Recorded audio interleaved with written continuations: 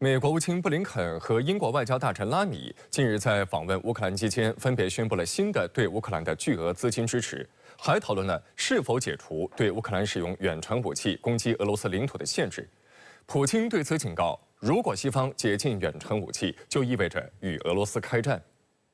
美英两国近期再次宣布对乌克兰提供援助。到访乌克兰的美国国务卿布林肯宣布向乌提供超过7亿美元的人道主义援助。同行的英国外交大臣拉米也证实，英国将再向乌提供7.82亿美元的援助和贷款担保。不过，此访最受关注的话题还属乌克兰要求解除对使用西方武器的限制。美国向乌克兰提供的陆军战术导弹系统最大射程124到150公里，增程型的射程可以达到248到300公里。英国的风暴之影巡航导弹射程达到560公里。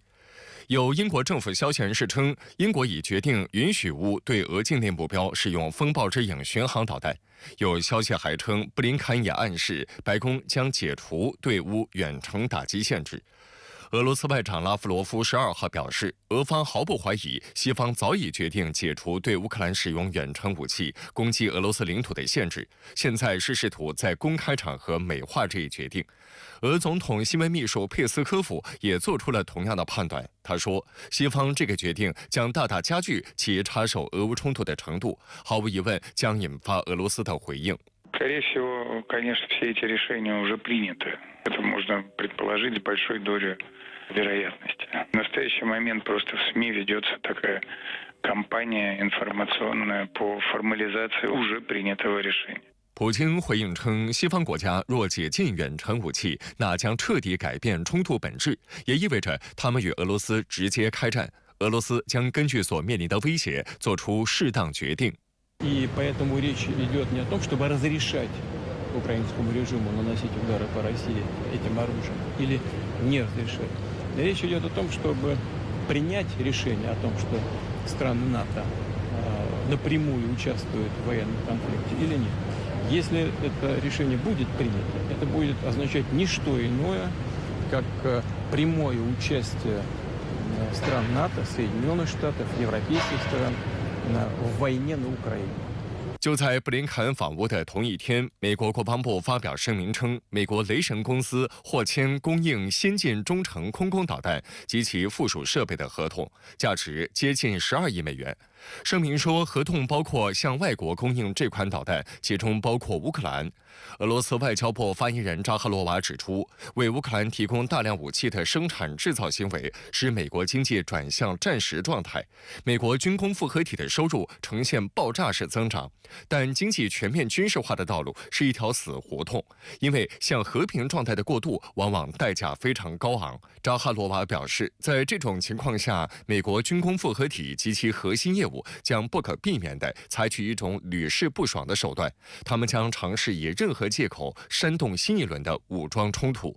据统计，乌克兰危机自2022年2月升级以来，美国已向乌克兰提供价值约560亿美元的军事支持，而美国高官曾亲口承认，这些钱大部分都花在了美国，落入了美国军火商的腰包。We have to remember that the bulk of this money is going right back into the U.S. economy to make those weapons, including good-paying jobs in some 40 states across the United States.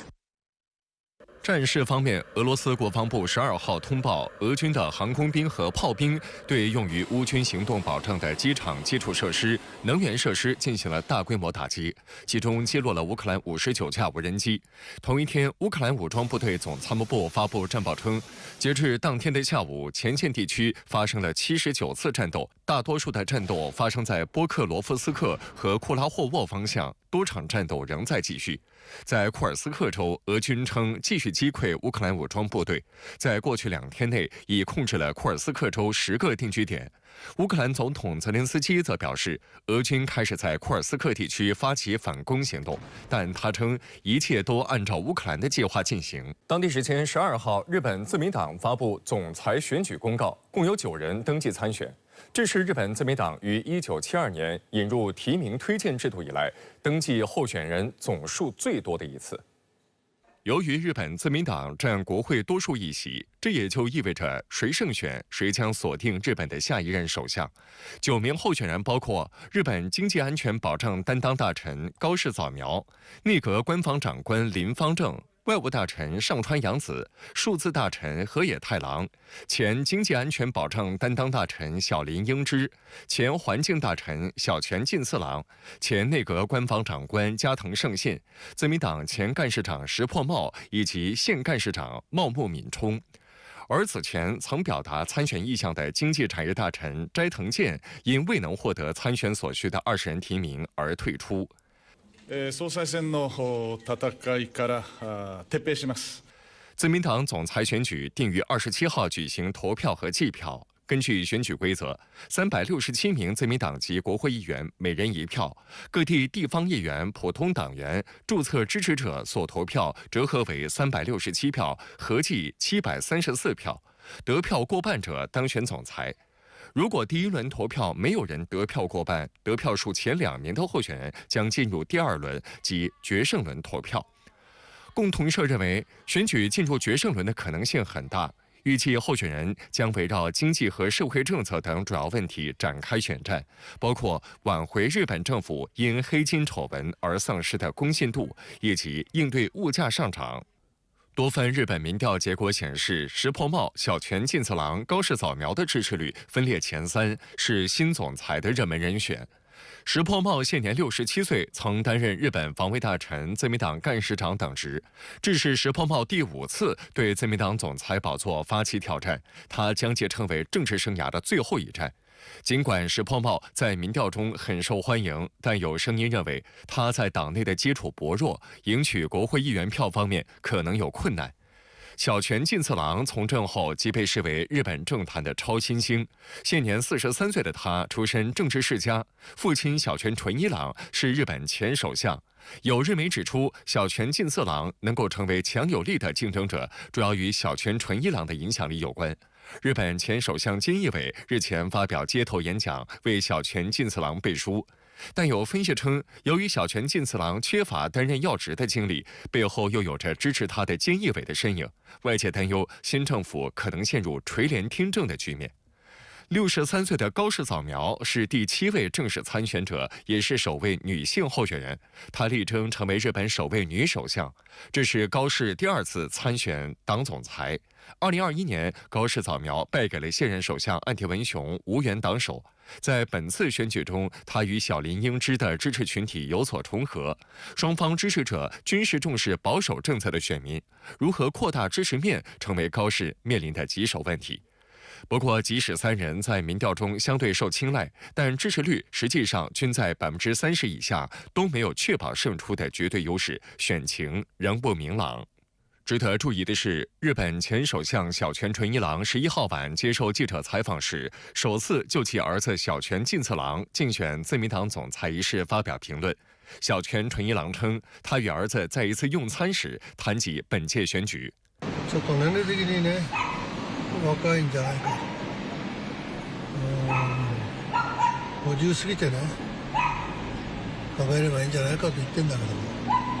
もう大人判断だから、あれこれ言わんよ。自分で判断しろと言ってんの。小泉纯一郎说，对于他上述言论，儿子当时笑了一下，默不作声，还说父子2人此前并未就参选一事有过通气。而被问及对本届自民党总裁选举有什么期待时，小泉纯一郎称，这已经不是我应该插嘴的事情，我已经退出政坛了。仮に落選してもね、それはまた将来の糧になるんじゃないか。虽然此次竞选竞争激烈，谁都想成为最后赢家，但事实上，无论最后谁胜选，都将面临重重困难。日本政治记者野上忠兴表示，日本国会议员没有致力于恢复国民信赖，不论谁成为自民党总裁，都只会让民众加速远离自民党。日本中央大学政治理论教授山崎望则对自民党的体制产生疑问。他表示，无论谁成为党总裁，都很难创新，这是党内缺乏自我净化能力的表现。还有分析称，失信于民的党派政治、令人棘手的经济隐忧、复杂变幻的内外时局、黑金事件的丑闻影响等等，这一系列困难摆在前面。无论谁夺得自民党总裁宝座，继而可能成为下一任日本首相，其执政之路都将面临重重挑战。